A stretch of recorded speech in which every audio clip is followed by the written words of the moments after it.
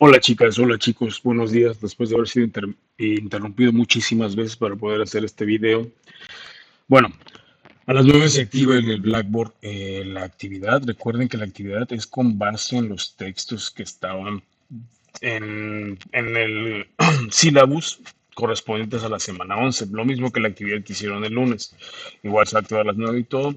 La autora Jaramillo va a pasar la lista. Recuerden que quien no esté en la lista no voy a tomar en cuenta la puntuación que saque en el Blackboard. Eso es muy, muy, muy importante.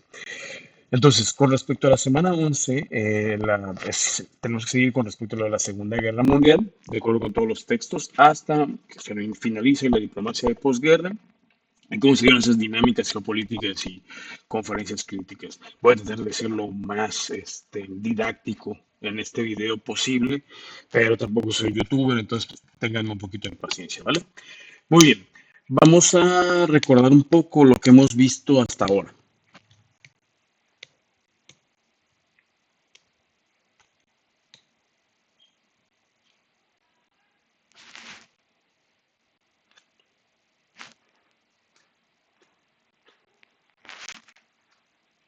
Muy bien, ya que ya recordamos, vamos a comenzar. Entonces, durante 1929, recuerden que viene el crack del 29, la gran caída y todo lo que habíamos discutido en las clases pasadas, que les recomendé hasta que ver y todo. Toda esa década, del 29 al 39, es el momento en el cual empieza una lógica de economía de guerra en todos los siguientes beligerantes, porque recuerden que la Segunda Guerra Mundial comienza en 1939. Entonces, durante este momento, aquí tenemos una pequeña gráfica de uno de los textos que siempre les digo que revisen y no revisan, que es el de Timelines for History, donde dice que la Unión Soviética fue la que creció más constantemente durante ese momento. Recuerden que por la cuestión de cómo se organizaron respecto a los planes quinquenales, o sea, de planes de cumplir metas y objetivos específicos a cada 5 años. Después de la caída del 29, todas las economías que se presentan en ese gráfico experimentaron un descenso hasta el 32 y el 33 cuando se comienza a recuperar. Algunas crecen con rapidez, la bolsa Alemania y Japón, por los planes quinquenales y por la cuestión de su economía de guerra que empiezan a conformar los otros dos, y otras se recuperan de manera más gradual, Estados Unidos, Reino Unido, Francia e Italia. Entonces, ¿por qué es destacado el crecimiento de la URSS? Se muestra un ascenso continuo, está más profundizado que cualquier otro. Se vincula a la distribución acelerada bajo los planes quinquenales que les comentaba. Pero es importante recordar, esos logros fueron mediante métodos autoritarios, altísimos costos humanos y ambientales. Hubo recolección forzada, también hubo mucha represión y eso fue lo que contribuyó a alimentar el aparato industrial, pero también hubo hambrunas y sufrimiento, como la hambruna de la que habíamos comentado la vez pasada. Eh, Ucrania y que sale ahorita, hoy en día, durante que es algo que los ucranianos no olvidan. Son las cuestiones técnicas que vamos a ver un poquito más adelante. Alemania y Japón, la línea naranja y la roja, notariamente se van acelerando a partir de 1935, de esa segunda década de los 30, perdón, de la mitad de la década de los 30. Esto se debe al rearme, a sus políticas intervencionistas. Esto favoreció la industria armamentística y las obras públicas. Ese tipo de crecimiento, aunque fue efectivo para reactivar el Producto Interno Bruto, no fue sostenible ni se traducía necesariamente en mejoras para el bienestar general, y todo fue preparando el terreno para la agresión militar de la Segunda Guerra Mundial, porque una economía de guerra sirve para mantener el status quo, un cierto estado de bienestar, pero no es posible mantenerla si no hay una guerra, y durante una guerra también es que se van a dar las caídas. El ejemplo más clásico, más contemporáneo que tenemos ahorita es cómo se está manteniendo Rusia por la guerra con Ucrania, porque Rusia sobre todo está más que nada más aislado que lo que está Ucrania. Estados Unidos y el Reino Unido mostraron que era una trayectoria ascendente que es más lenta pero más constante. En el caso de Estados Unidos se genera el New Deal, que impulsa la inversión pública y la creación de empleo. Recuerden, el New Deal es que el gobierno dé el empleo, no los particulares, porque aparte ya no podíamos confiar en los particulares después de lo que pasó después de la crisis del 29, de ese martes negro. No se consolida hasta, esas dos economías aún así no se consolidaron hasta que no comenzó la reactivación bélica al final, hasta que no comenzó la guerra como tal. El Reino Unido adoptó unas políticas que se conocen como de esterlinización, eh, con aranceles y abandono del patrón oro. Eso sirvió para estabilizar su economía durante esta década, pero no permitieron el crecimiento, solo mantenían. La esterlinización literalmente es, ya no se equipara la libra esterlina a lo que vale un oro, sino que la libra esterlina es la medida, es el valor de cambio, es el activo de valor. Y eso, como el Reino Unido era el que tenía más territorio en todo el mundo hasta inicios del siglo XX, porque era el gran imperio, hizo que todas sus colonias y todas sus territorios se rigieran sus monedas y se rigieran bajo lo que valía una libra esterlina. Eso es como cuando se dice hoy en día que hay una dolarización, que una empresa, que un país se va a dolarizar, como está pasando con Argentina, como está dolarizado el Ecuador y como algunas veces se ha pensado que sería como que la solución para que México no tuviera crisis de inflación ni nada por el estilo. La línea morada de Francia vía Italia vemos que se recupera lentamente. Estuvo lastrada por la inestabilidad política de ambos de los dos. No se pusieron medidas expansivas en Francia. La línea marrón de Italia parece muestra una leve mejora. Ahí la lógica era de un corporativismo fascista y proyectos de infraestructura, aunque el régimen de Mussolini no logró un crecimiento comparable al de Alemania y Japón. Corporativista significa literalmente que se vayan conformando sindicatos y para que el gobierno, o sea, el sindicato del que hace las calles, el sindicato de los maestros, etc., se van esa lógica corporativista como de una estructura partidaria, como funcionó en México durante el PRI, que la doctora Jaramillo ya les habrá dicho en clase, y como está funcionando ahorita, que está al frente del gobierno de Moreno. La esterilización que les decía, la India rupia, la rupia india que está por acá, que es esta, se vuelve una cosa de que mi moneda vale lo que la libra dice que vale, o sea, se mide con base en la libra. Ejemplo, México no tiene un valor de cambio con respecto a su peso vale lo que vale con respecto a un dólar. ¿No? Una homogenización, pero la libra esterlina, y acá es donde entra el juego, la libra esterlina ya no se está equiparando con el oro. Entonces su valor es literalmente un valor creado matemáticamente, económicamente y solamente con base en la lógica de que ellos eran el centro del imperio.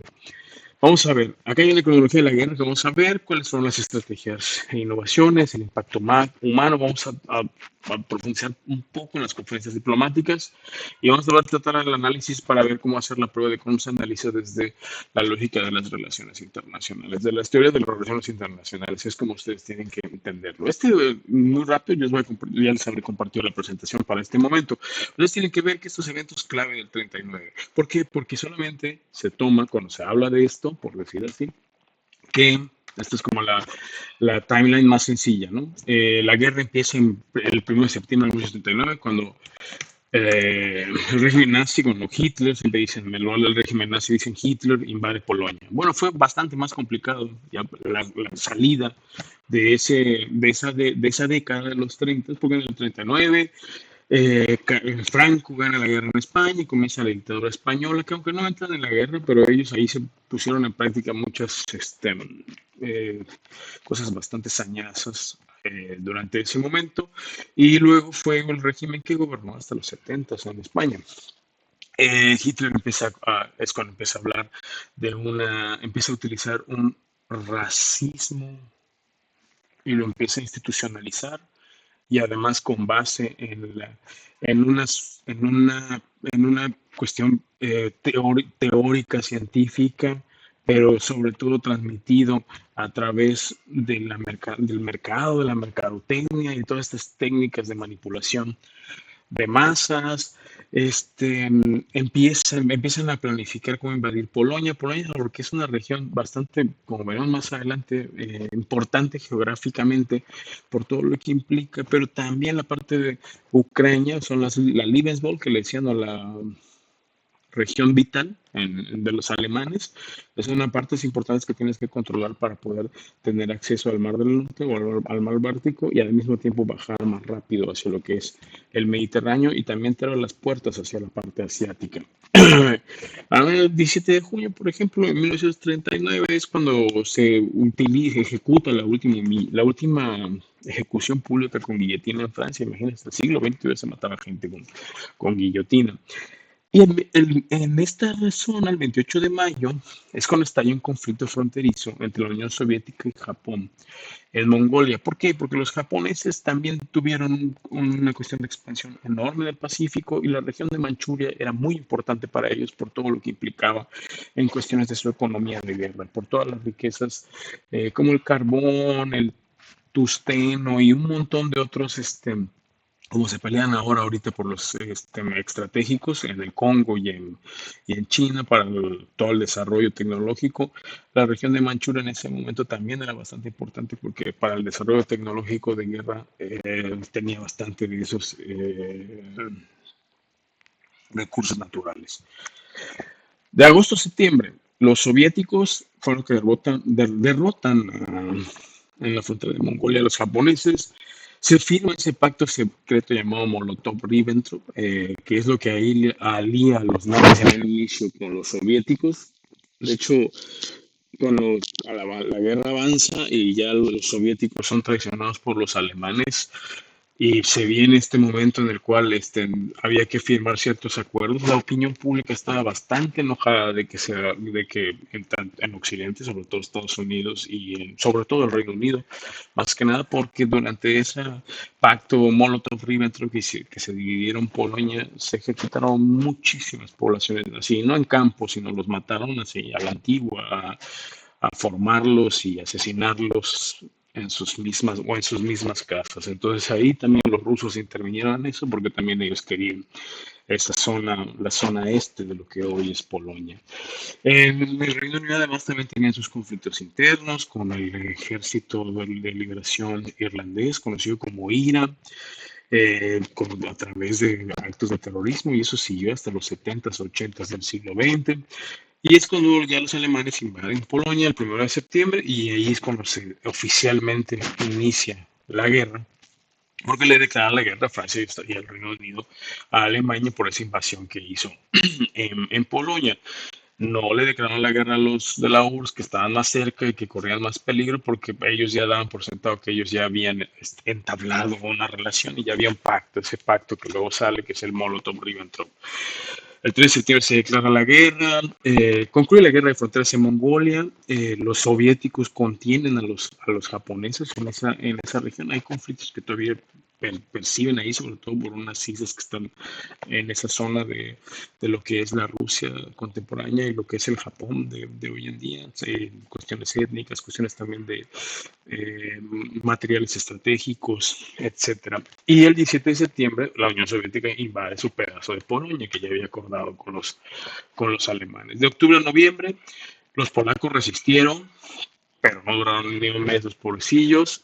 Ya los alemanes y los de la URSS, no los rusos, los soviéticos, se reparten Polonia, todo bajo el agua, porque ellos tenían ese pacto, pero nadie sabía que existía. Los británicos rechazan la propuesta de paz presentada por Hitler en un inicio, porque Hitler trata de conciliar de que no se metan en esas zonas, pero recuerden que dentro del gobierno británico había muchas familias y muchos intereses económicos con poblaciones judías, entonces también habían muchos agentes entre las sombras que negociaban constantemente y que estaban siendo y que incidieron en que el gobierno británico y también el gobierno francés nunca tomaran el de sentarse a dialogar con Hitler para impedir que escale más la guerra. Para el caso de Estados Unidos, entre los judíos que habían logrado huir primero durante que vieron que iba el ascenso con todo en la Alemania nazi, Einstein se codeaba con élites políticas y le dice a Roosevelt, él es el primero que comenta de que se puede hacer ese tipo de bomba, sin embargo, él nunca aceptó participar en ella. Los alemanes ya estaban más que armados en la parte norte y ya ven que son un peligro porque en realidad la gran potencia marítima, naval, hasta ese momento histórico era el Reino Unido y al hundir este acorazado de una manera de mostrar que los alemanes ya los habían sobrepasado. Estados Unidos firma una ley de neutralidad. Estados Unidos siempre bajo la lógica de pay per bill, me pagas y no hay problema, yo te vendo lo que sea, o no me tienes para pagarme, entonces te arriendo, como está pasando ahora en la guerra con Ucrania, pero se formó la ley de neutralidad, donde acepta, ok, voy a vender armas a cualquiera, al que tenga para pagarme, que es esta cash and carry que se llama, que se firma el 4 de noviembre. Y la URSS se avienta una de sus primeras derrotas atacando Finlandia en la cuestión de la guerra del invierno, que está en la parte norte de lo del mar Báltico, está Finlandia, Letonia y Lituania, que siempre han sido de bastante interés para el territorio de lo que ahora es Rusia. En ese momento fue de gran interés para el territorio de lo que era la URSS. Acá de manera muy eh, como que la que te muestran todas las películas o la que te muestran todas las clases de la historia. Se invade Polonia en el 39, los ingleses huyen porque Dunkerque está en lo que viene siendo Francia, en la costa francesa. Ahí tienen que huir y son derrotados por primera vez en el 40 y es cuando ya los británicos se dan cuenta de que los alemanes son una potencia militar y naval y que va a ser muy difícil poder sobreponerse a ellos por no haber también firmado los pactos que se habían ofrecido. El 22 de junio solo cometen su primer error los alemanes por traicionar a los soviéticos y ya se avincan a la operación Barbarroja. En el 41 es cuando ya se puede hablar de que ya es una guerra global, pero porque entra Estados Unidos como actor cuando atacan a Pearl Harbor. Luego está la batalla de Stalingrado, que es una de las más sangrientas, de agosto a febrero de 1943. Más sangrientas, murieron más de 6 millones de personas. Y el desembarco del día 6 de junio de 1944. Alemania se rinde en mayo de 1945, cuando se destruye Hitler y todo lo demás. Pero la batalla de Stalingrado es bastante importante porque en la parte este de la guerra fue en realidad de donde cuando los soviéticos logran controlar toda esa zona, ya cuando llegan en el desembarco del día de los aliados, ya prácticamente están llegando nada más a derrotar a una que otra lo que menos que le quedaba. Los soviéticos ya habían entrado a Berlín, los soviéticos ya habían recuperado todos los campos de concentración, los soviéticos son los primeros que se encontraron con los campos de exterminio, mientras los aliados todavía desembarcan en 1944, como nos muestran en muchas de las películas. Aquí podemos ver como la expansión alemana, ¿no? Alemania primero se expande hacia el este, hacia el oeste, hacia el este, hacia Polonia, ¿no? Esa es como la primera que ella hace.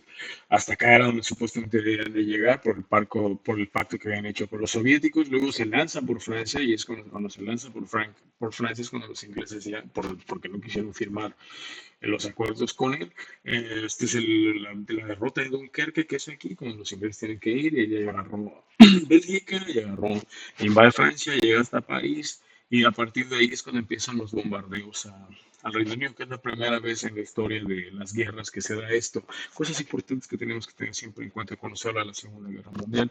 En la Segunda Guerra Mundial no había prácticamente una distinción entre civiles y militares, por eso también se habla de que fue la guerra mundial, o sea, se asesinaron muchísimos civiles y los civiles no solamente sirvieron como carne de cañón, sino que también ellos son los que trabajaban en todo lo que son las maquinarias de guerra, o sea, no solamente podían ser soldados, sino que además ellos podían ser los obreros que hacían las balas, o los obreros que construían los tanques, o los obreros que construían los barcos, sin importar si fueran hombres o mujeres. Por eso también es que es esa economía de guerra en la que se convirtieron casi todos los países.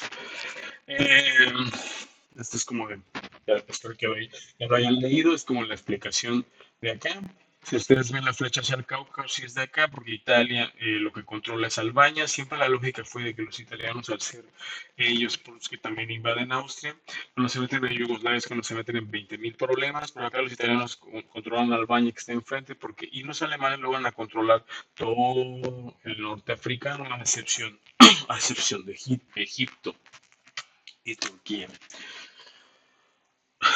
Cuando empiezan los cruces sobre Coventry, Londres, Plymouth y Rotterdam, que es a través de los ataques de la Luftwaffe, que son la aeronaval, la división aérea de los nazis. Rotterdam fue bombardeada, Coventry, que también está en la parte en la parte continental y no en la isla de la británica. Eh, y todos los bombardeos que hicieron fue de 1940 hasta 1942, hasta en esas regiones civiles. Si vemos así como una línea del tiempo de las conquistas del eje, recuerden que el eje era Alemania, Italia y Japón. De las conquistas del eje, los ejes, aquí vamos a ver en el mapa, los Axis Power o los que pertenecían al eje, los rojos, ¿no? Alemania e Italia, y Albania porque había sido invadida por, por Italia. Las conquistas del eje de Polonia,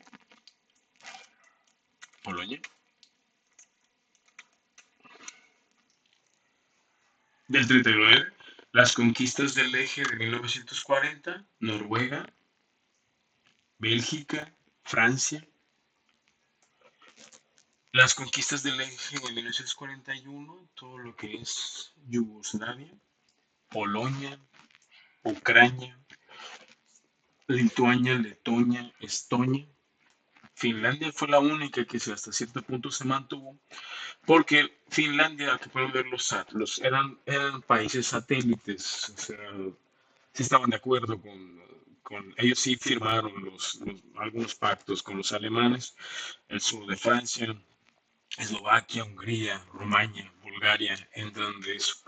Y para 1900, entre el 39 y el 42, eh, los únicos aliados que estaban más o menos libres de esto, pues era la Gran Bretaña. Los otros no estaban ni de un lado ni del otro. Pues si ustedes ven, hasta en el norte de África ya tenían control los poderes del eje y llegaron hasta Leningrado, en esta parte de lo que es Rusia. En el norte de África lograron Túnez, Argelia, como pueden ver, Marruecos, Argelia, perdón, Túnez, Libia, y estuvieron a punto también, solamente porque fueron eh, con, eh, controlados a la hora de entrar a lo que es el Egipto. Y de hecho también ahí surgen muchos movimientos nacionalistas, porque también ahí se hacen varios pactos de los cuales luego van a haber bastantes consecuencias durante el siglo XX, pactos que todavía causan problemas incluso y ahora. El más conocido pues es el de la región de Israel y Palestina. ¿Cuáles son las estrategias e innovaciones? La BICRE, que era su técnica de ataque de los alemanes, eran ofensivas rápidas, armas combinadas y te agarraban así en un abrir y cerrar de ojos. La defensa en profundidad ya no fue una guerra de trincheras al estilo de la Primera Guerra Mundial, ya hubo más maquinaria de guerra. Y todo lo que implicó ya que en realidad haya economías de guerra. Como ya les había dicho, no tienes que hacer una metralleta, aunque hagas una bala y estás dentro de la lógica de la economía de la guerra. Todo lo que son ahorita los alimentos enlatados, por ejemplo, también surgen durante ese acto de guerra. O sea que también los que enlataron atún o los que hicieron estas innovaciones tecnológicas en la comida estuvieron también dentro de una economía de guerra. Entre las innovaciones tecnológicas está el radar, empieza la primera computadora digital temprana, la penicilina como antibiótico, pero ya estaba, pero se empieza a producir en masa porque ya no te vas a morir por una herida de guerra que no sane, ya es un poquillo más fácil que te puedas curar de ese problema a menos edad. Y luego, pues, la tan conocida bomba atómica, ¿no? Del 41 al 43, estamos acá, experimenta la transición de la defensiva británica a la ofensiva aliada, que es toda esta zona que podemos ver aquí. Se estuvo controlando el avance, pero ya luego es que a partir del 43 es cuando ya los británicos y empiezan un movimiento aéreo que ya no se trata ¿cómo se llama? De solamente contener, sino atacar también para no dejar que siga avanzando el problema.